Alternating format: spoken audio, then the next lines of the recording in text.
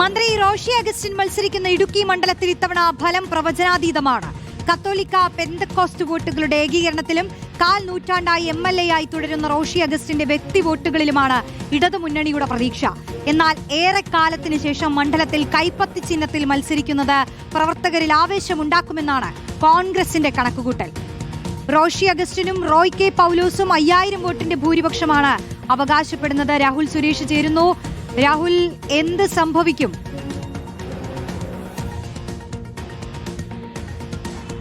റോഷ്നി, ഇടുക്കിയിൽ എന്തും സംഭവിക്കാം. പ്രവചനാതീതമാണ് ഇടുക്കി മണ്ഡലത്തിലെ റിസൾട്ട് എന്നതാണ് LDFും UDFും പറയുന്നത്. ആര് ജയിച്ചാലും ഒരു 5000 വോട്ടിൽ കൂടുതൽ ഭൂരിപക്ഷം പ്രതീക്ഷിക്കുന്നില്ല താനും. LDFിന്റെ പ്രതീക്ഷകൾ എങ്ങനെയാണ്? LDFിന്റെ ഇത്രയും കാലമുള്ള നിയമസഭാ തെരഞ്ഞെടുപ്പ് ഫലവുമായി ബന്ധപ്പെട്ട് 40,000-നും 50,000-നും ഇടയിലുള്ള വോട്ടുകൾ അവർക്ക് എല്ലാ കാലത്തും ലഭിച്ചിട്ടുണ്ട്. അതിപ്പോൾ ഏത് സ്ഥാനാർത്ഥി മത്സരിച്ചാലും ആ വോട്ടുകൾ ലഭിച്ചിട്ടുണ്ട്. ഇത്തവണ റോഷി അഗസ്റ്റിന് വ്യക്തിപരമായി ഒരു 10,000 വോട്ടുകളും അതുകൂടാതെ കത്തോലിക്ക പെന്തക്കോസ്റ്റ് വോട്ടുകളുടെ ഏകീകരണം ഉണ്ടായെന്നും അവർ പ്രതീക്ഷിക്കുന്നു. അപ്പോൾ 60,000-ന് മുകളിലേക്ക് ആകെ വോട്ടുകൾ ലഭിക്കുമെന്നാണ് LDFിന്റെ പ്രതീക്ഷ. അങ്ങനെ വരികയാണെങ്കിൽ ഒരു 5000 വോട്ടിന് കയറിക്കൂടാം എന്നതാണ് LDF പ്രതീക്ഷിക്കുന്നത്. അതേസമയം UDF ക്യാമ്പ് പതിവില്ലാതെ ഇത്തവണ വലിയ ആത്മവിശ്വാസത്തിനാണ്. അതിന് പ്രധാനപ്പെട്ട കാര്യം, ഇത്തവണ കൈപ്പത്തി ചിഹ്നത്തിലാണ് UDF മത്സരിച്ചത്.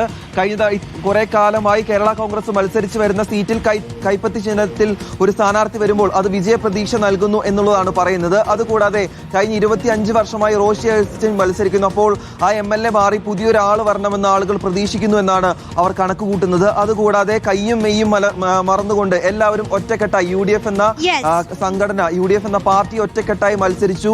അപ്പോൾ ഒരു വിജയം ലഭിക്കുമെന്ന ഒരു പ്രതീക്ഷയിലാണ്. എന്തായാലും മണിക്കൂറുകൾ പിന്നിടുമ്പോൾ ആര് ജയിക്കും, ഇടുക്കിയിലെ മിടുക്കൻ ആരാണെന്ന് മണിക്കൂറുകൾ പിന്നിടുമ്പോൾ അറിയാൻ സാധിക്കും. റോഷ്നി.